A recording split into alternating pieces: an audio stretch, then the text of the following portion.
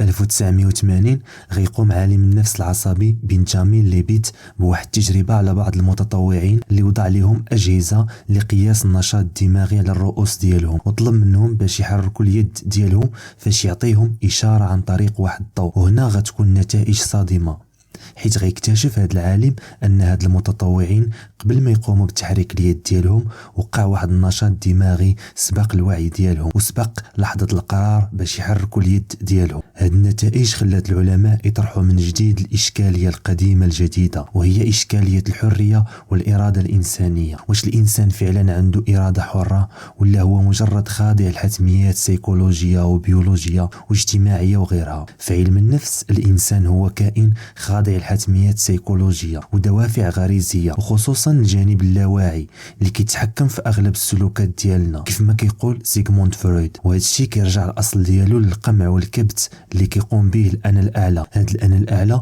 كيقمع الهو واللي كيمثل الرغبات اللي كتحتاج الاشباع. هذا الصراع حسب فرويد كيخلي الانسان يفقد الاراده ديالو والتحكم في غالبيه السلوكات. هذا التصور الحتمي كنلقاو حتى في علم الاجتماع وعلم التاريخ، فكيف ما كيكون الانسان خاضع للضرورات النفسيه فهو كيلقى راسو منذ الولاده ديالو امام بزاف ديال الحتميات الاجتماعيه بحال اللي كيهضر عليها عالم الاجتماع إيميل دوركهيم، الثقافه والعادات والتنشئه الاجتماعيه بصفه عامه. واخا كنختاروا بعض المرات نديروا بعض السلوكات، ولكن الاختيار ما كيكونش نابع من الاراده والحريه ديالنا، فقط حنا كنتوهموا كذلك. فحنا ما كنقدروش نديروا شي سلوك اللي كيتعارض مع الاخلاق العامه ديال المجتمع. وهذا الشيء كيبان فاش شي واحد كيبغي يغير طريقه اللباس ديالو او اسلوب العيش. كنلاحظوا ان الناس كيشوفوا فيه دائما بواحد النظره ديال التنقيص من القيمه ديالو. هذا التصور ديال العلوم الانسانيه ما كيختلفش بشكل كبير على بعض التصورات الفلسفيه اللي تعاملت مع الحريه الانسانيه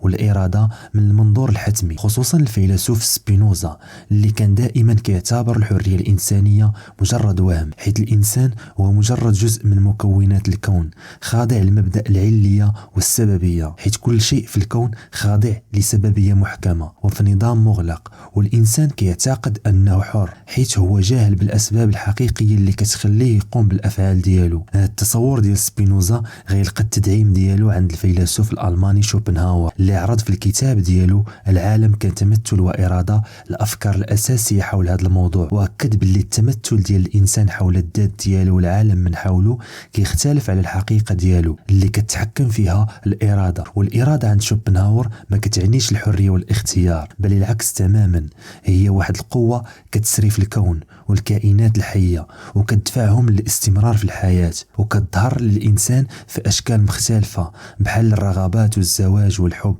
وغيرها اللي كيعتقد فيها الإنسان أنه كيقوم بها بكل حرية وإرادة. فالحب عند شوبنهاور مثلا هو مجرد شكل من أشكال الإرادة العمياء اللي كتسري في الكون وكتخلي الإنسان يدخل في علاقات مع الجنس الآخر باش تحافظ على التكاثر والاستمرارية ديالو. كيبان أنها التصورات عندها الحجج ديالها اللي كتدعمها، ولكن الإنسان كياخد بعض القرارات بالرفض. مثلا واش الرفض ما يمكنش نعتبروه اختيار؟ وعلاش بعض الناس كيقدروا يوصلوا للأهداف اللي كيديروها قدامهم والبعض الآخر ما كيقدروش واخا كيكونوا عندهم نفس الإمكانيات؟ يمكن نلقاو الجواب مع الفيلسوف الفرنسي جون بول سارتر اللي كيتعامل مع الإنسان عكس ما تعاملت معه العلوم الإنسانية. فالإنسان بالنسبة لي هو كائن حر، حرية مطلقة. هذا الشيء اللي كيعطيه القدرة على اختيار المسار ديالو في الحياة، والدليل على هذا حسب سارتر هو الوثبات اللي كيديرها الإنسان في الحياة ديالو. فالإنسان ما كيبقاش على واحد الوضعية، وهذا الشيء نتيجة ديال الحرية اللي كيمتلكها. موضوع الحرية الإنسانية هو موضوع اللي كيتداخل فيه الفلسفي والديني والعلمي، وما نقدروش نحددوا بالضبط واش الإنسان حر حرية مطلقة أو خاضع للحتميات بشكل مطلق، ولكن كل شيء نسبي. وخضوع الإنسان للحتميات ما كيعنيش أنه يبقى واقف وينتظر المصير ديالو، فالاختيارات والقرارات ديالو عندها دور كبير في تحقيق الأهداف ديالو. شكرا لكم على المتابعة، وإلى فيديو قادم.